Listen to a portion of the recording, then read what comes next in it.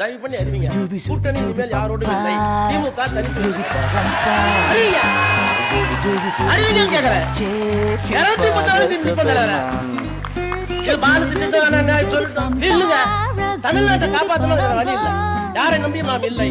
பெரியார், அண்ணா, கலைஞர் அத்தனை மொத்த உருவத்தில் உங்களில் பார்க்கிறோம். வழி நடத்துங்கள். இந்த தலைவனை ஒரு தேர்தல் வச்சு அனுப்புறீங்களா? இந்த தலைவனை ஒரு தேர்தல் வச்சு அனுப்புறீங்களா? நான் என்ன கேக்குறேன்,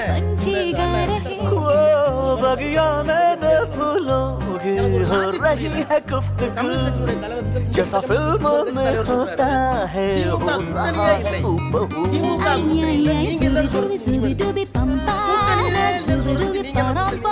உங்களுக்கு என்ன அதிகாரம் இருக்கு? எதுக்கு இந்த அதிகாரம்?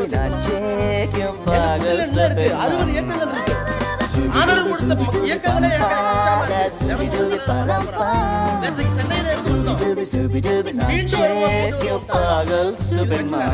தாய்மார்கள் வர்றாங்க. தலைவா, நாங்கள் இருக்கிறோம், உங்களை கோட்டையில் உட்கார்ப்பார் எங்களுடைய வேலை. இன்னொருத்தர் வந்து தமிழ்நாட்டு மக்களுக்கு என்ன ஆயிற்று, வெக்கமா இருக்கு.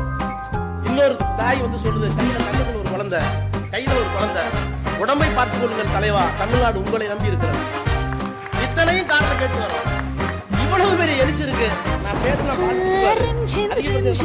நான் கேட்கிறேன், பொதுக்குழு யாரோ ஒருத்தர் போடுறாராம், நாங்கள் கூட்டணி இருக்கிறோமா இல்லையா என்பதை அப்படியே ஜனத்திரள் சமுதாயத்து பெரிய அப்படியே போனா அப்படியே 1 லட்சம் பேர் கூடுறாங்களாம்.